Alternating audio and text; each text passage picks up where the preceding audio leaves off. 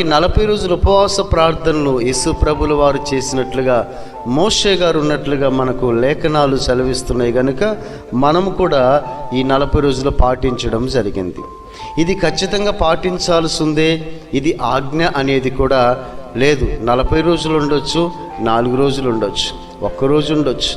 కాబట్టి మనము ఎప్పటి వరకు అయితే నిర్ణయించుకుంటామో అప్పటి వరకు. కొంతమందికి ఈ ఉపవాసాల గురించి కూడా కొన్ని అపోహలు ఉన్నవి. అంటే ఇన్ని రోజులే ఉండాలా, ఎంత టైం వరకు ఉండాలి, ఉపవాసం ఉంటే వాటర్ కూడా తాగొచ్చా త్రాగకూడదా, ఇట్లా రకరకాల ఆలోచనలు కలిగి ఉంటారు. ఉపవాసం అనేది ఆజ్ఞ కాదు. ఉపవాసం అనేది ప్రార్థనకు సంబంధమైన ఒక అంశము. ఇప్పుడు మనం ప్రార్థన చేసుకుంటాము, కొంతమంది వేకునే ప్రార్థన చేసుకుంటారు, కొందరికి కుదరకపోతే రాత్రికాలం ఎక్కువ ప్రార్థన చేసుకుంటారు, కొందరు మధ్యాహ్నం ప్రార్థన చేసుకుంటారు. ఇక్కడ నువ్వు ఏ టైం చేసినావన్నదిగా దేవునికి కావాల్సి ఉంది. నువ్వు ప్రార్థన చేస్తే దేవుడు తప్పక ఆలకిస్తాడు. కొంతమంది నిలువు మోకాళ్ళ మీద ప్రార్థన చేస్తారు, కొంతమంది నార్మల్గా బైబిల్లో పడుకొని ప్రార్థన చేసినట్లుంది హిజ్కియా గారు. తర్వాత హన్న కన్నీటితో ప్రార్థన చేసింది, కొందరు ఉపవాసంతో ప్రార్థన చేస్తున్నారు.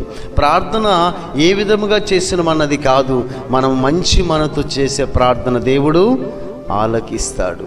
ఈ ఉపవాసాల గురించి కూడా అనేక అపోహలు. కొందరు అసలు ఉండకూడదు అంటారు, కొందరు ఉంటే తప్పేంటి, ఉంటే ఇలాగే ఉండాలి అంటారు, ఉంటే ఖచ్చితంగా 40 రోజులే ఉండాలి అంటారు.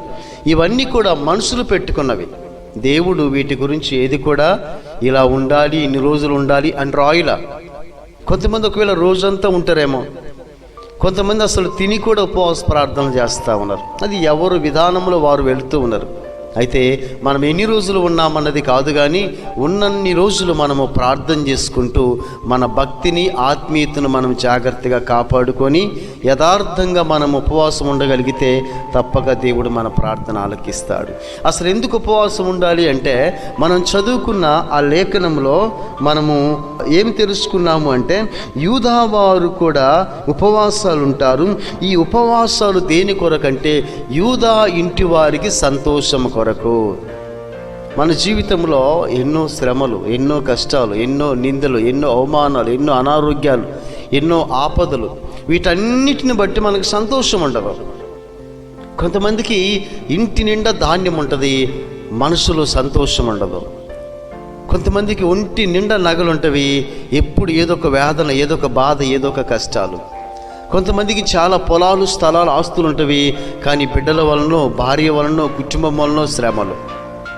అంటే వీటిని బట్టి మనకు ఏమర్థమవుతుందంటే, ఒక డబ్బు ఉంటేనే మనకు సంతోషం ఉండదు, వెండి బంగారాలు సంపాదించుకుంటేనే సంతోషం ఉండదు, మనకు చాలామంది బంధువులు, రక్త సంబంధులు ఉంటేనే సంతోషం ఉండదు.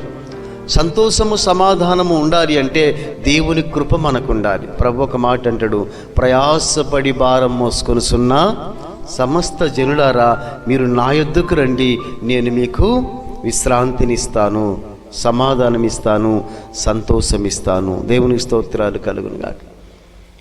కనుక ఎన్ని ఉన్నా నెమ్మది, సమాధానం, సంతోషం లేని జీవితము అసలు జీవితమే కాదు. మనకి ఏమి లేకపోయినా మనసు నిండా సంతోషం ఉంటే చాలు, గుండె నిండా సమాధానం ఉంటే చాలు, ఇంకా మనకి ఏది అవసరం లేదు.